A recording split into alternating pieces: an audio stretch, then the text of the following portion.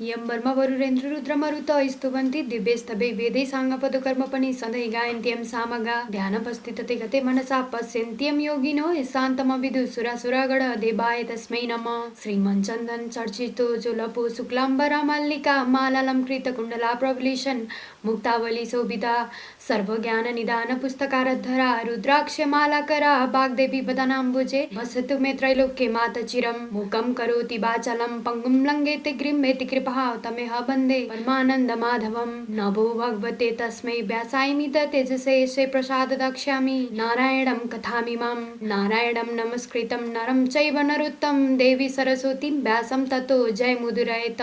10वां अध्याय अर्थात् 15वां अध्याय। कुमारजी आज्ञा गर्नुहुन्छ हे अगस्त्य मुनि। तहाँ उपरान्त पार्वतीले श्री स्वस्थानी परमेश्वरीको प्रसाद 8 रोटी 8 अक्षता 8 बेली पुष्प 8 यज्ञोपवीत 8 पान 8 कुडका सुपारी सगुन समेत ल्याई। हे स्वामी, अब मेरो तपस्या पूर्ण भयो। केटाकेटीदेखि हजुरलाई धाइरहेकी आज पाएँ भनी महादेवका हातमा चढाई साष्टाङ्ग प्रणाम गरी हे आदि पुरुष श्री स्वस्थानी परमेश्वरीका व्रतका प्रभावले मैले हजुर जस्ता स्वामी पाएँ। फेरि पनि म केही बिन्ती गर्छु। यो ब्रह्माण्ड संसारमा कोही दुखी छन्, कोही दरिद्र छन्, कोही पापी छन्, कसैका सन्तान छैनन्, कसैका स्त्री छैनन्, कसैका पुरुष छैनन्। यो व्रत प्रकाश गरिदिए सबैको उद्धार होला।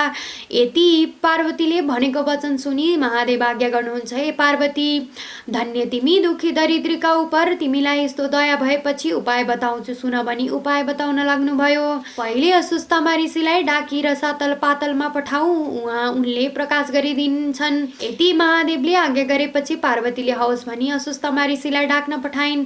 अस्वस्थमा ऋषि आएर महादेव पार्वतीलाई प्रणाम गरी हे भवानी शङ्कर, मलाई के कामले डाक्नु भयो सो आज्ञा गर्नुहोस् भनी भने। यति अस्वस्थमा वचन सुनि पार्वती आज्ञा गर्छन्, हे सुस्तामा ऋषि, तिमी रसातल पातलमा जाऊ। उहाँ जो दुखी छन्, जो पापी छन्, जो दरिद्र छन्, जसका स्त्री छैनन्, जसका सन्तान छैनन्, तिनलाई यस्ता विधिले श्री स्वस्थानी परमेश्वरीको व्रत गराउ र उद्धार हुन् भनी विष्णुले आफूलाई बताए झै व्रत विधि बताइन् र जाऊ भनी बिदा दिन्। यति पार्वतीले आज्ञा गरेको सुनि अस्वस्थमा अति खुसी भई हवस् भनी महादेव पार्वतीलाई साष्टाङ्ग प्रणाम गरे रसातल पातलमा गए।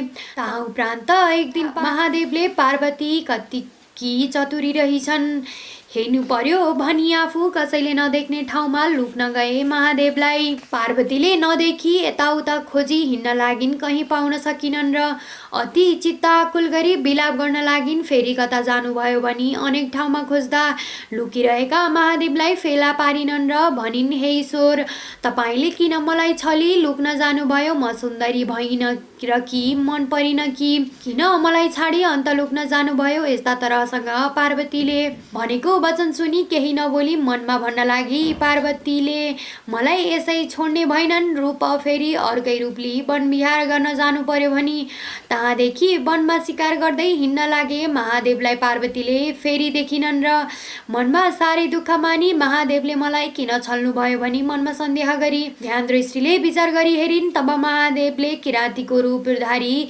श्लेषमन्तक वनमा शिकार खेली हिँडेका थाहा पाइन् र पार्वतीले महादेवलाई छकाउनका निमित्त अत्यन्त राम्री भई किरातिनीको रूपधारी अनेक तरहका हाउभाउ कटाक्षले युक्त भई श्लेषमन्तक वनमा गई। एउटा ठुलो वृक्षका छायामा आई बसिरहन्। श्री महादेव पनि वन फिर्दै त्यहाँ आइपुगे। किरातिनी रूप पार्वतीलाई देखि मुह भई सोध्न लागे, हे सुन्दरी, तिमी को हौ? देवकन्या हौ कि यक्षकन्या हौ कि नागकन्या हौ कि अथवा अप्सरा हौ कि?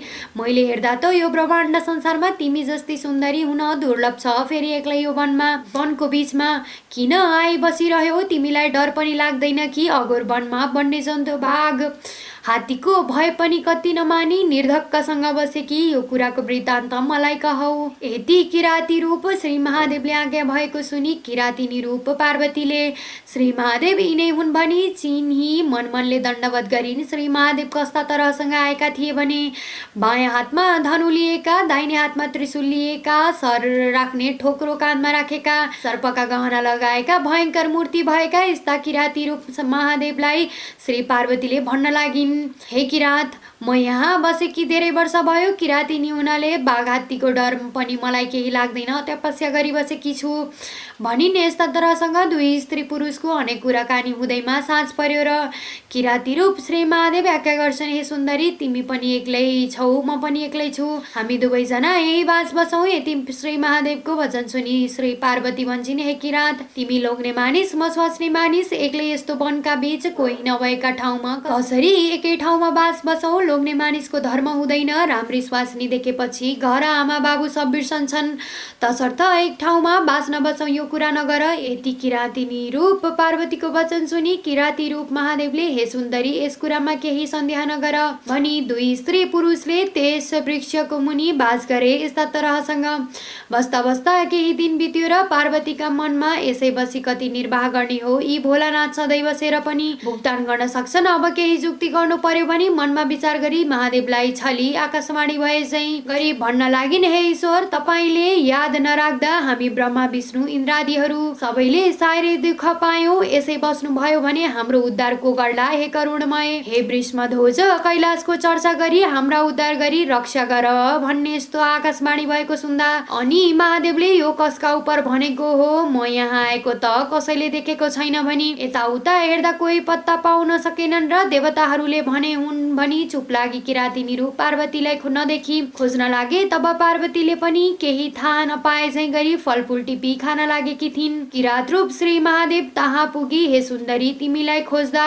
कहीँ पाउन सकिन, कहाँ गएकी थियो भन्दा किराँतिनी रूप पार्वती भन्दछिन्, हे किरात, भोक लाग्दा कन्दमूल खोज्न गएकी हुँ, कहीँ गएकी छैन भनी कुरा गरिरहँदा पूर्णचन्द्र भन्दा पनि यति किराँतिनी रूप पार्वतीको वचन सुनि किराँती रूप महादेवले, हे सुन्दरी, यस कुरामा केही सन्देह नगर भनी दुई स्त्री पुरुषले त्यस वृक्षको मुनि बास गरे। यस्ता तरहसँग बास बस्दा बस्दा केही दिन बित्यो र पार्वतीका मनमा यसै बसी कति निर्वाह गर्ने हो। यी भोलानाथ सधैँ बसेर पनि भुक्तान गर्न सक्छन्।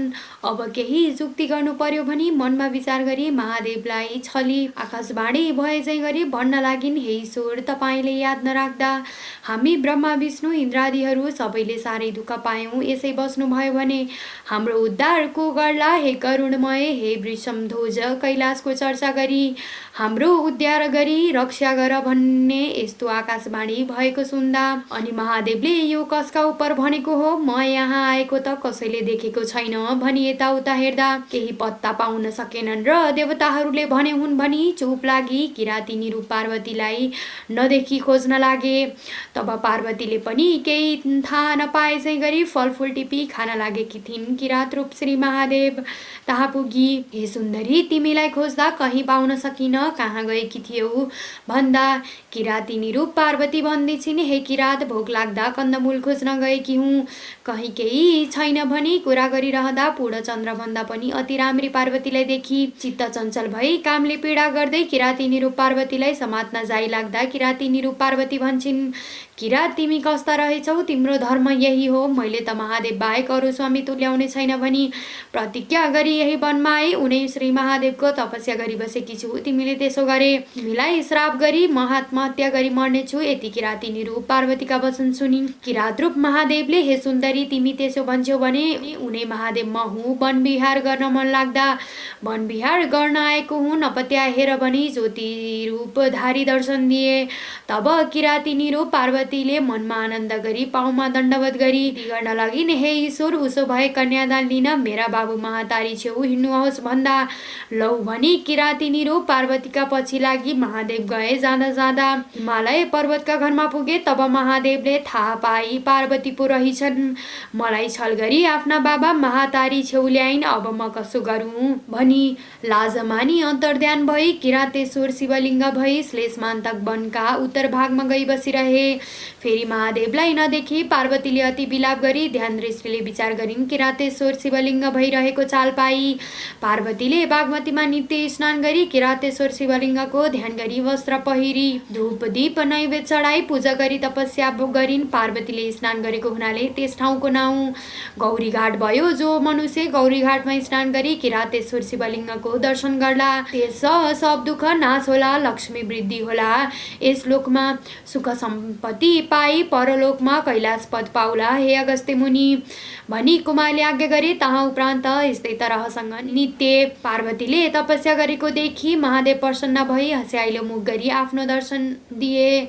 अब त्यस बखतमा पार्वतीले मनमा हर्ष भई पाउमा परी दण्डवत गरी अञ्जली बाँधी बिन्ती गर्न लागिन्। हे ईश्वर, हजुरले किन मलाई यस्ता तरहसँग दुःख दिनुभयो? म हजुरको मन परिन कि भनी अनेक तरहसँग विस्मात गरेको सुनि महादेव बहुत खुसी भई पार्वतीलाई अङ्कमाल गरी आफ्ना काखमा लिए। त्यहाँदेखि अन्तर्ध्यान भई हिमालय पर्वतका घर गए। यस्ता तरहसँग महादेव पार्वती आएको देखि हिमालय पर्वतले अत्यन्त खुसी भई पुष्पवृष्टि गरी आसनमा बसाली 84 व्यञ्जन पक्केवत्र तयार गरी भोजन गराए। तहाँ 2-4 दिन बसी महादेवले पार्वती छेउ आज्ञा गरे, हे पार्वती, धेरै दिन भयो कैलाश शून्य भएको छ। अब यहाँ बसी के गर्नु र? कैलाश जाउँ? तिम्रा बाबा महातारी छेउ बिदा हुनुपर्छ भनी दुवै स्त्री पुरुष मिली गएर महादेवले हिमालयसँग आज्ञा गरे कि हे पिता, धेरै दिनदेखि सतीदेवी मर्नाले कैलाश शून्य छ। अब तपाईँले आज्ञा दिए कैलाश जाँदो हुँ। महादेवले पिता भनी यस्तो वचन बोलेको सुनि हिमालय पर्वतले बहुत सन्तोष भई महादेव छेउ बिन्ती गरे, हे त्रैलोक्यनाथ सम्पूर्ण देवताका पितामह, यस्ता तपाईँले अज्ञानीले भने झै मलाई मुहले छोपी हे पिता भन्नुभयो। मेरो सम्पूर्ण अज्ञान नाश गरी ज्ञान दिनुहोस्। सदा तपाईँका भक्तिमा मेरो चित्त लागोस्। हे शशि शेखर, पहिले पूजा गरौँ भनी महादेव पार्वतीलाई नाना वस्त्र अलङ्कार पहिराई सिंहासनमा बसाली षोडश उपचारले पूजा गरी भोजन गराई स्तुति गर्न लागे। हे भगवान शङ्कर, जस्तै लक्ष्मी नारायणले समुद्रका घरमा गई बसेका समुद्रलाई आनन्द भयो थियो, त्यस्तै तपाईँ 2 स्त्री पुरुष मेरा घरमा राज गर्नाले मलाई आनन्द भयो। हे जगदीश्वर, तपाईँ कस्ता भने आफ्ना मायाले ब्रह्माण्ड संसार व्यापित गरी बस्ने यस्ता तपाईँलाई साष्टाङ्ग कोटि कोटि नमस्कार। फेरि समुद्र मन्थन गर्दा कालकुट विष निस्क्यो र संसार दग्ध हुन लाग्दा त्यो विष कण्ठमा राखी रक्षा गर्नुभयो र नीलकण्ठ भनी नाम रह्यो। यस्ता तपाईँलाई कोटि कोटि नमस्कार गर्छु। हे विश्वम्भर, फेरि आफैले सृष्टि गरी आफैले संहार गर्ने यस्ता तपाईँलाई कोटि कोटि नमस्कार। हे परब्रह्मा, फेरि त्रिपुरासुर दैत्यलाई मार्दा तपाईँको सामग्री कस्तो थियो भने पृथ्वी नै रथ, चतुर्वेद घोडा, चन्द्र सूर्य रथका पाङ्ग्रा, ब्रह्मा सारथी, सुमेरु पर्वत धनु, शेषनाग धनुको ताँदो, विष्णुका बाण गरी मार्ने यस्ता तपाईँलाई कोटि कोटि नमस्कार। हे युगेश्वर, ब्रह्मा पनि तपाईँ, स्थावर पनि तपाईँ, जङ्गम पनि तपाईँ, यमका यम पनि तपाईँ, नारायण पनि तपाईँ, सत्वरज तम त्रिगुण पनि तपाईँ, मृत्यु पनि तपाईँ, कालका काल पनि तपाईँ, गुणका गुण पनि तपाईँ, देवताका देवता पनि तपाईँ, अनाथका नाथ पनि तपाईँ, विश्वरूप मूर्ति पनि तपाईँ, अन्त्य नभएका पनि तपाईँ, अष्ट वसु पनि तपाईँ, द्वादश दित्य पनि तपाईँ, दिक्पाल पनि तपाईँ, ब्रह्माण्ड संसारमा सम्पूर्ण प्राणीका हृदयमा बसी पाप पुण्यको साक्षी भइरहेका पनि तपाईँ। हे विषमध्वज, तपाईँको महिमा वर्णन गर्न चतुर्मुख ब्रह्माको पनि सामर्थ्य छैन, 1000 जिब्रा भएका शेषनागको पनि गम छैन। मेरो कसो गरी होला? यस्ता तरहले हिमालय पर्वतले नाना स्तुति गरेको सुनि महादेव सन्तोष भई हँस्याइलो मुख गरी, हे पर्वतराज, तिम्रो भक्तिदेखि म सन्तोष भए, सदा मेरो भक्तिमा चित्त लगाई कैलाश पद पाए। अब हामी जान्छौँ भनी हिमालय पर्वत र मेनका छेउ बिदा भई विश्रम्भमा चढी पार्वतीलाई काखमा लिई कैलाश पर्वतमा गई पार्थगण सहित भई आनन्दले रहे। इति श्री स्कंद पुराणे केदारखण्डे माघ महात्म्ये कुमार अगस्त्ये संवादे श्री संस्थानी परमेश्वरी व्रतकथायां श्री पार्वती कैलाश प्रवेशो नामो पंचदशोऽध्याय समाप्त। हरि हरि उपनयन्तु मङ्गलं व सकलं जगन्मङ्गलालय श्रीमान् दिनकरकिरण निबोधित नवनलिनदल निवेक्षणा कृष्णकाले वर्षन्तु पर्जन्ये पृथिवी सस्यशालिनी देशोऽयं शोभारहितो ब्राह्मण सन्तु निर्भया अपुत्रा पुत्रिणा सन्तु पौत्रिणा सन्तु पौत्रिणा निर्धना सदना सन्तु जीवन्तु सरदा सत्तम तत्रैव गङ्गा यमुना च तत्र गोदावरी सिन्धु सरस्वती च तीर्थानि सर्वाणि वसन्ति तत्र यात्रा चुतोदार कथा प्रसङ्गे या कुद्यन्तु तुषारधवला या शुभवस्त्रावृता या बिडवर दण्डिमतकरा या श्वेत पद्मासना या ब्रह्मच्युत शङ्कर प्रविधि विदैव सदा वन्दिता सामां पातु सरस्वती भगवती निशेष जाड्यपाय कायेन वाचा मनोसुन्द्रैव बुद्ध्यात्मना वा प्रकृति स्वभावत् करोमि यद्य सकलं परस्मै नारायणेति समर्पयते ततिति हरि हरि।